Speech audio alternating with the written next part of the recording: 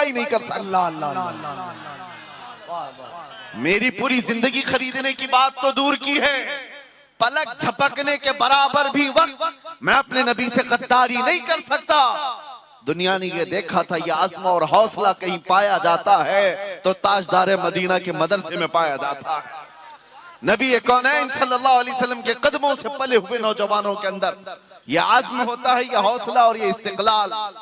आज इसी बात की जरूरत है कि कुरान कहता है इन्नल्लज़ीना क़ालू रब्बुनल्लाहु सुम्मा इस्तक़ामू, बेशक वो लोग जिन्होंने कहा अल्लाह हमारा रब है फिर उस पर जमे रह गए, ततनज़्ज़लु अलैहिमुल मलाइका, रब ताला उनकी मदद के लिए आसमान से फरिश्ते उतारता है। तुम अगर ईमान के साथ डटे रह गए, जमे रह गए, अरे ये आंधियां हैं क्या, ये 4 दिन की हैं, ये तूफान हैं क्या, मौसमों के हैं, इनके गुजर जाने के बाद याद रखना चांद को भी गहन लगता है लेकिन हमेशा का नहीं होता।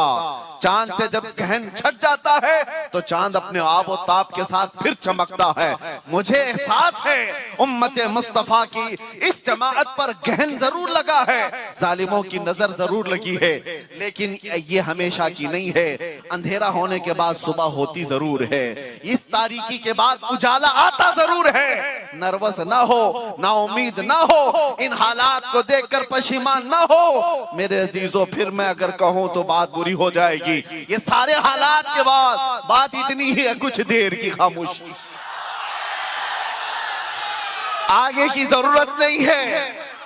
हर जिंदगी के मामले में इतना इंतजार जरूर करो, कुछ देर की ही खामोशी रहेगी, फिर इंशाअल्लाह वही आबो था, वही चमक दमक जो मेरे मुस्तफा की है। इसलिए कि इमाम अहले सुन्नत फाजिल बरेलवी को किसी ने गुलाब का तोहफा पेश किया था तो आपने कहा था ये वो गुलाब है जो सुबह खिलता है शाम में मुरझा जाता है। मैं उस गुलाब से मोहब्बत करता हूं जो कभी नहीं मुरझाता, जिसकी रंगत कभी नहीं खत्म होती, जिसकी चमक कभी नहीं खत्म होती। और फिर इमाम अहले सुन्नत ने फूल पर ही ये नात लिख दी थी, सरता बकदम है सने सुल्तान ज़मन फूल, लब फूल, दहन फूल, ज़कन फूल, बदन फूल, वल्लाह जो मिल जाए मेरे गुल का पसीना, मांगे न कभी इत्र न फिर चाहे दुल्हन फूल। क्या बात रजा उस चमनिस्तान करम की, जहरा है कली जिसमें हुसैन और हसन फूल, जहरा है कली जिसमें हुसैन और हसन फूल।